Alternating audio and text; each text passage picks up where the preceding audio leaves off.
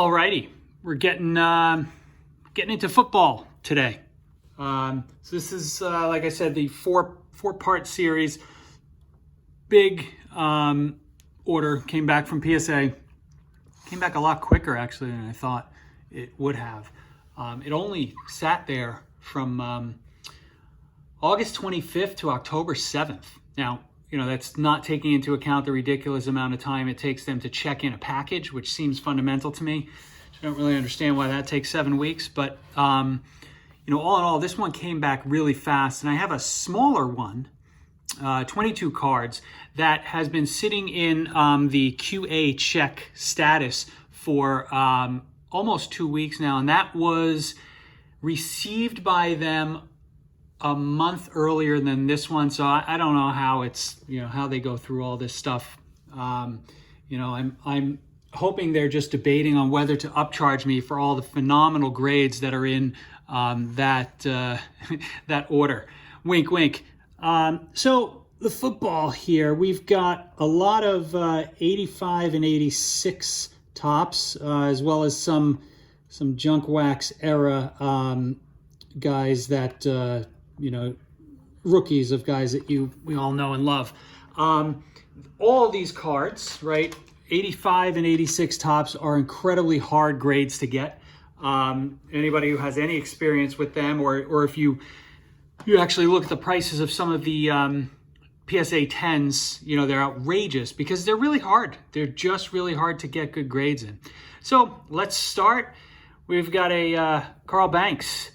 85 tops rookie. We got a 7 on this one. Again, there's your typical edge wear. If you see that, I could get rid of all this dust, but the typical edge wear, it's the black borders are hard. I don't know. I thought these guys would be.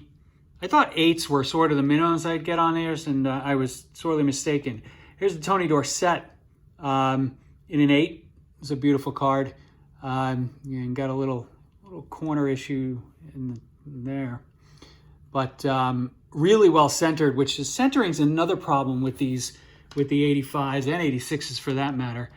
Got a couple of Henry Ellard rookies. A very underrated receiver. I've got an 8 and a 9. 8 and a 9. Yeah, wishful thinking. Good going, Chris. 8 and a 7. I'm gonna go through. Like I said, I think a couple of these things are going to do some lessons learned. Just compare some of the 8s to the 7s, see where I went wrong or what I can glean, so I don't, so I get better grades in the future. Here's a Marino in an 8. Again, beautiful. I love this. I love these cards, these 85s and 86s. They have a special place in my heart. Right. Howie Long, 7. I don't know. I guess I got to look a little closer at all these. We've got, let's see, we got a couple of Dan Fouts' an 8 and a 6. So I'm not really sure what happened here. Although I'm guessing, well, I am seeing a bunch of extra edge wear. I'm glad this one got an 8 because this one's kind of off. It's off center a little bit. Maybe the rest of the condition of the card made up for it. Okay. Morton Anderson rookie. I was hoping we'd get the kickers show a little respect. These things are pretty valuable in high grades. This one, in a 7, not so much. But since I was a kicker in high school and college, I like to have at least, a little kicker presence. James Lofton, a 6. I'm definitely got to take a look at what went wrong with some of these guys that came back in a 6 or so. All right, Steve McMichael, another legendary member of the Bears. This guy came back in an 8. And then I have 2 Joe Montanas. Here, we've got 2 8s. So at least we didn't continue the pattern of when I had doubles. I got an 8 and then lower than an 8. So here we got 2 8s. Again, just I really like the horizontal nature of the cards. You know, I think it's a matter of personal preference, but definitely something I always enjoy. All right, as you can see in the distance, we've got, we have Jerry Rice over there. You know, at least we got an 8.5 there. Certainly better than the 7 that we're seeing on Jay Hilgenberg. Got a lot of the 86 tops here. All righty. Freaking Bill Belichick, he's mocking me. I thought that was a 10, got a freaking 8. Damn Patriots, they just haunt me. All right, Jay Hilgenberg, there's a 7. You know, is what it is. The Fridge, he came back in an 8. Definitely a little off left to right, top to bottom. The edges, I thought, and the corners, I thought were really clean on that one. All right. Couple of Elways coming up. So I go back and forth on it. So these both got 8s. Very happy with those grades. I go back and forth on this set as to whether it's too gimmicky sometimes, but I always enjoy looking at the cards because of that design with the lines in the back, you know, that border the cards. Okay, we got a few Warren Moons, an 8, a 7, and an 8. Again, you know, the green border doesn't look good with the light blue of Warren Moon, but you know, that is what it is. I'm going to do a little bit of a post-mortem, see what's really different between the 8s and the 7s. But, you know, overall, the ones that I had, again, they were pulled out of my collection, hanging around for a while. To have these generally in 8 condition with a few upside, few downside, I'm pretty happy with. Here's a couple of Andre Reeds, 2 more 8s, a lot of 8s. 8s are wild. Unlike with the 70s baseball where 7s were wild. All right. A Boomer Esiason. Boomer let me down with a 7. I guess if you look at the bottom here, it's pretty worn on the edges there. So that probably did us in. Okay.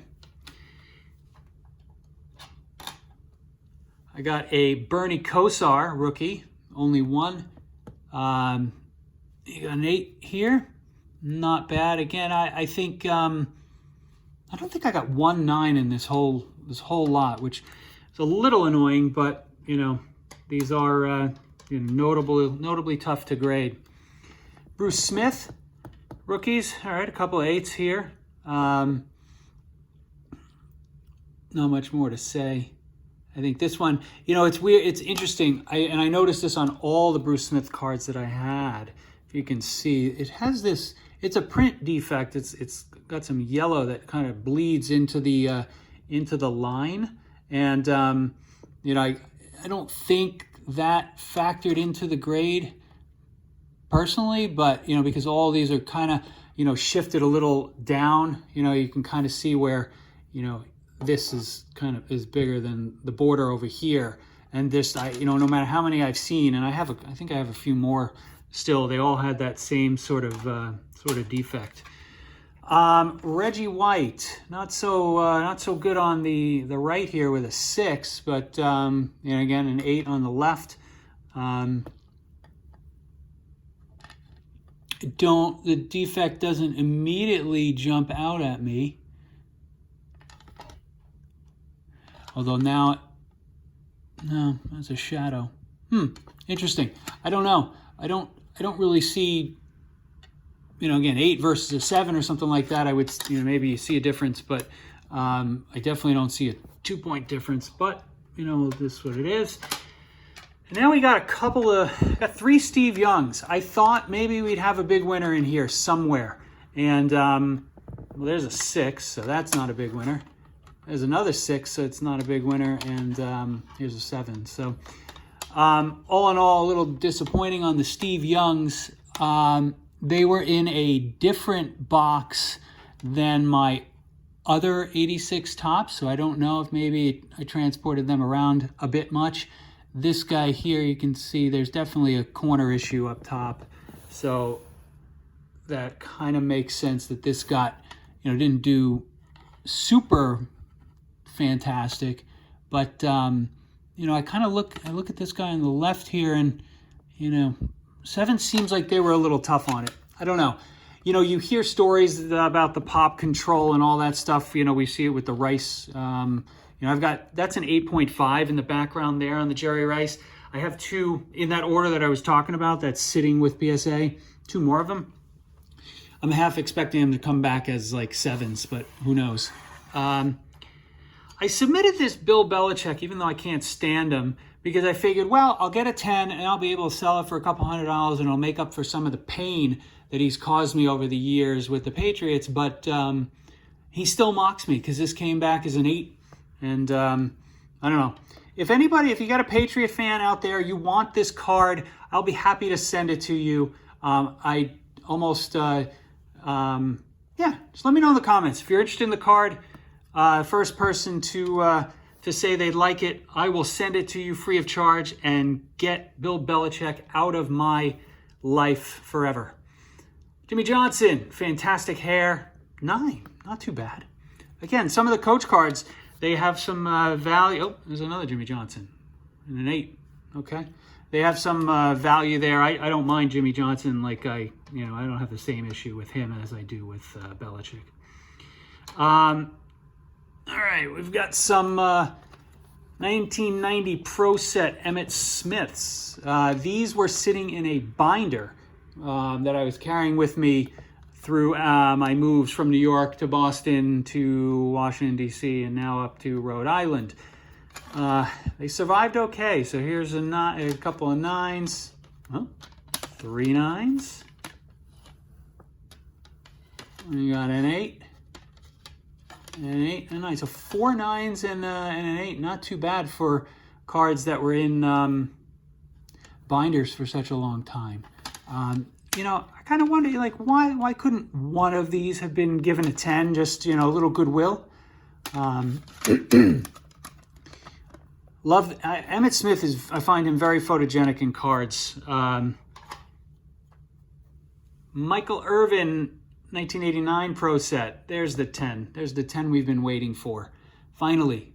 I mean, I would have rather they threw me the 10 on a different card, but I'll take it.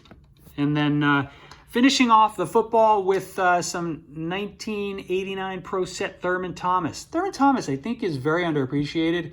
2 8s in this. It probably makes these cards in the slab worth about $2 each.